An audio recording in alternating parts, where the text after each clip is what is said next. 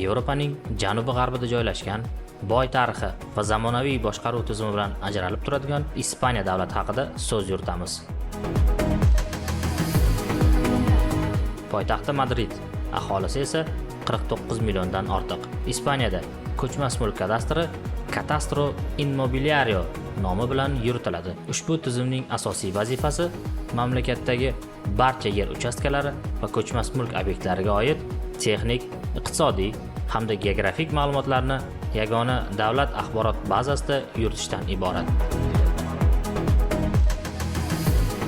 Har bir ko'chmas mulk obyektiga 20 belgidan iborat yagona kadastr identifikatori beriladi. Mazkur identifikator orqali obyektning joylashuvi, maydoni va boshqa muhim ma'lumotlarni tezkor aniqlash mumkin. Ispaniya kadastr tizimining asosiy afzalliklaridan biri uning to'liq raqamlashtirilganligidir. Fuqarolar va tashkilotlar rasmiy elektron portal orqali kadastr xaritalari, ko'chmas mulk tavsifi hamda boshqa zarur ma'lumotlardan masofadan turib foydalanish imkoniyatiga ega. Kadastr ma'lumotlari mol-mulk soliqlarini hisoblashda ham muhim o'rin tutadi.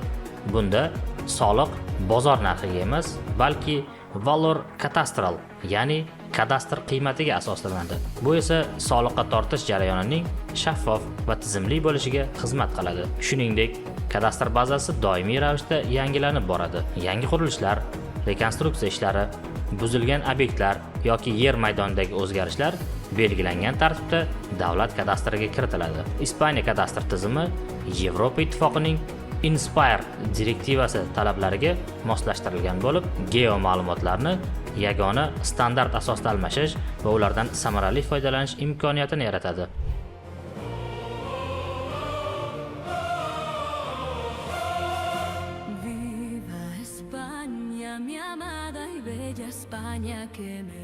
Ispaniya nafaqat ilg'or kadastr tizimi, balki o'zining betakror tabiati bilan ham mashhur. Pireney tog'lari, O'rta Yer dengizi va Atlantika okeani sohillari, ko'plab milliy bog'lar, zaytunzorlar hamda uzumzorlar ushbu mamlakatning tabiiy boyligini namoyon etadi. Aynan shu go'zal landshaftlar va biologik xilma-xillik har yili millionlab sayyohlarni Ispaniyaga chorlaydi.